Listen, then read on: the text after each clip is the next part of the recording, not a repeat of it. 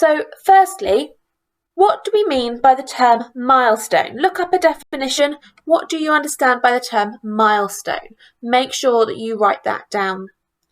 There are lots of milestones in somebody's life, so can you make a list of as many as you can think of? So I've got a couple for you there. Going to secondary school for the first time, learning to drive a car. See if you can find 10 milestones in a person's life. The poem we're looking at this week, or the beginning of this week, is Mother Any Distance by Simon Armitage. I will read it through for you once, and then it is up to you to read it through a couple more times and have a go at those questions on the right. Mother, any distance greater than a single span requires a second pair of hands. You come to help me measure windows, pelmets, doors, the acres of the walls, the prairies of the floors. You at the zero end, me with the spool of tape, recording length, reporting meters, centimeters back to base, then leaving, up the stairs, the line still feeding out, unreeling years between us. Anchor, kite. I spacewalk through the empty bedrooms, climb the ladder to the loft, to breaking point, where something has to give. 2 floors below, your fingertips still pinch the last 1/100th of an inch. I reach towards a hatch that opens on an endless sky, to fall or fly. So have a go now at those 3 tasks on the side. Read it through one more time, jot down your first impressions. Read it a second time, note down any unfamiliar words and make sure that you look up their definitions. And then have it go at one more time reading it through. Who are the characters in this poem? There are 2 people in this poem. Which one of them is the speaker and how do we know this? This poem is a poem all about gaining independence and growing up. So have a go at these 3 questions. What does being independent mean to you? Which life milestone is Armitage exploring here? So what is physically happening in this poem? And how do you think the mother in this poem might be feeling about this? Think about how you might feel about being separated from those people you love. It might be that actually at the moment we are separated from the people we love. So have a think about how the mother might be feeling in this poem. The beginning of the poem starts with direct address to his mother. Mother, any distance greater than a single span requires a second pair of hands. 3 questions again. Why do you think he does this? What do you think he means by the line, any distance greater than a single span requires a second pair of hands? And what does that tell us about his relationship with his mother? Does he need her to be there? Does he not need her to be there? Does he want her to be there? What do you think? If you feel up to it, have a go at the challenge. Does this feeling that he has for her at the beginning of the poem stay the same all the way through?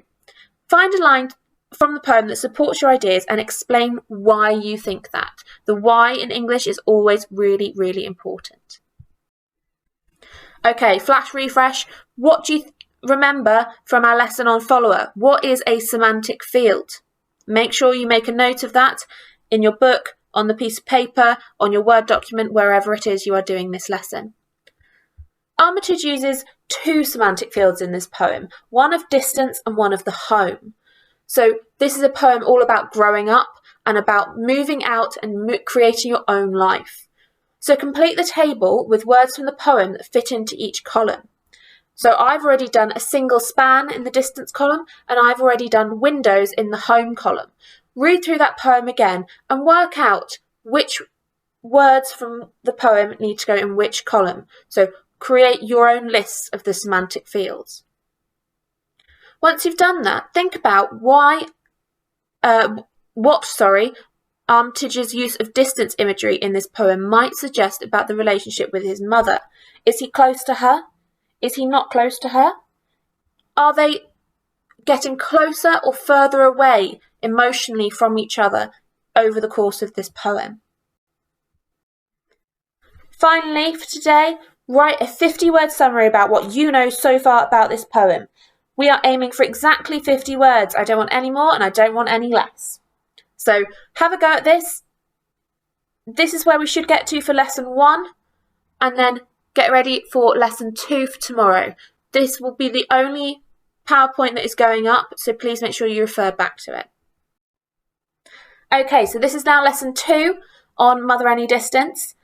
First thing I'd like you to do is I would like you to match the technique to the definition. Make sure that you are 100% comfortable with this terminology, as it's something that we are going to be using as we go through today's lesson. So, like we started to explore a little bit yesterday, this poem has a sense of conflict woven in with it. It shows a moment of conflicted emotion and desires between a mother and son, as the son wants to grow up and move on, but the mother, part of her, still wants to hold on to him like he was a little boy. I've got some phrases from the poem down at the bottom of this slide. What I'd like you to do is I would like you to put them on the line between conflicted and supportive in terms of what kind of relationship they might suggest the pair have. So, for example, the first one is help from the early stanza of the poem. I personally would probably put help up near the supportive end, as she is helping him in this poem, even though perhaps she's a little bit upset by what's happening. What I'd like you to do is I would like you to explain why you have placed them in the order that you choose. Okay, you don't necessarily need to do all of them. So there are 8 down there. You don't necessarily need to do all 8, but I would definitely like you to explain why you have put one as most supportive and one as most conflictive.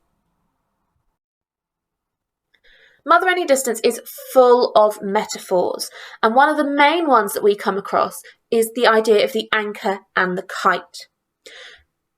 In this poem, Armitage refers to his mother as an anchor and himself as a kite. So draw these images in your book, and please annotate each picture with the connotations that they may have. So, what does anchor make you think of? What does kite make you think of? Remember, we are looking for 5 connotations for each one if you can. Once you've done that, have a go at the question at the bottom of the slide. Why has Armitage chosen to refer to himself and his mother like this? What is that telling us about them?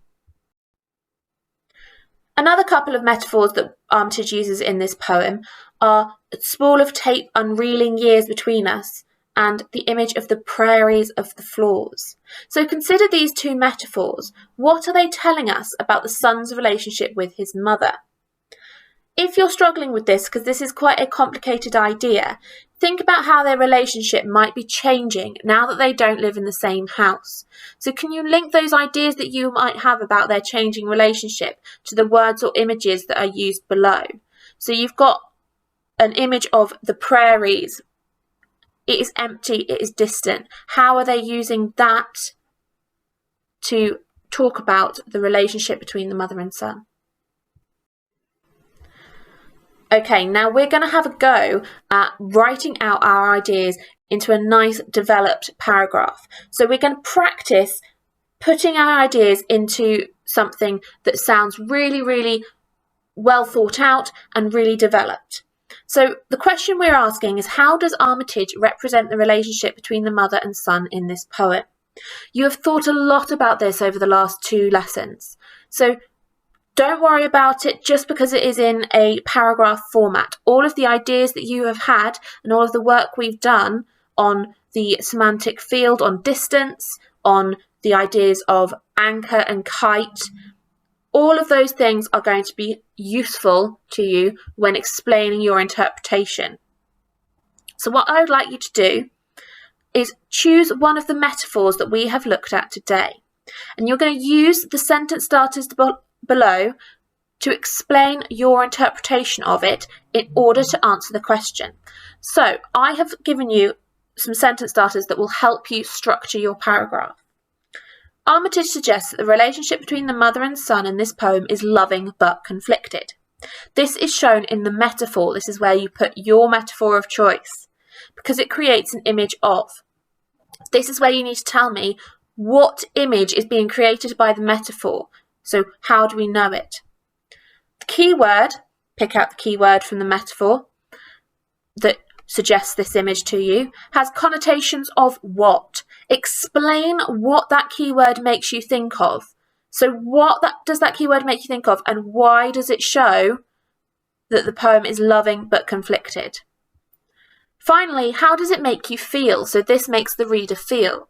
By adding this last sentence, you are immediately upgrading your work because you are evaluating the impact and the effect of the writing. Have a go at this. I only want you to do one of the metaphors we've looked at today.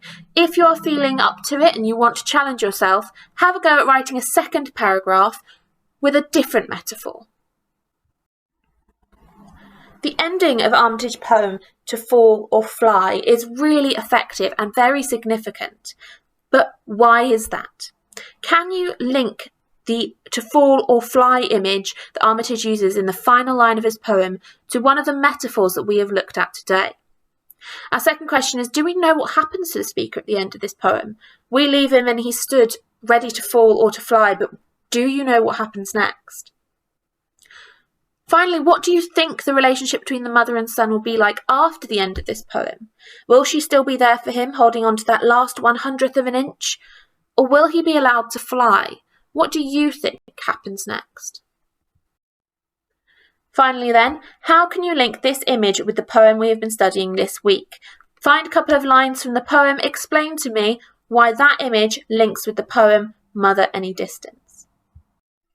If you've got time, have a go at some of these extension tasks. I'm not expecting you to do all of them, but if you want to have a go at one and challenge yourself, that would be a really, really good thing to do. Remember, do not spend hours and hours and hours and hours on one lesson. Do as much as you can in your hour of English and then move on. If you do not complete the work in the hour, you can always go back to it the next time you have English. So I would like you to complete all of the work on Mother Any Distance, but I am not expecting it to be done in one day. This is 2 lessons worth of work. If it takes you a little bit longer than that, that's absolutely fine. Just let your class teacher know. Continue to work hard, and tomorrow we'll be looking at a different poem. Okay, so please email any questions. Remember, keep your spelling, punctuation and grammar at the forefront of your mind, and I will see you soon.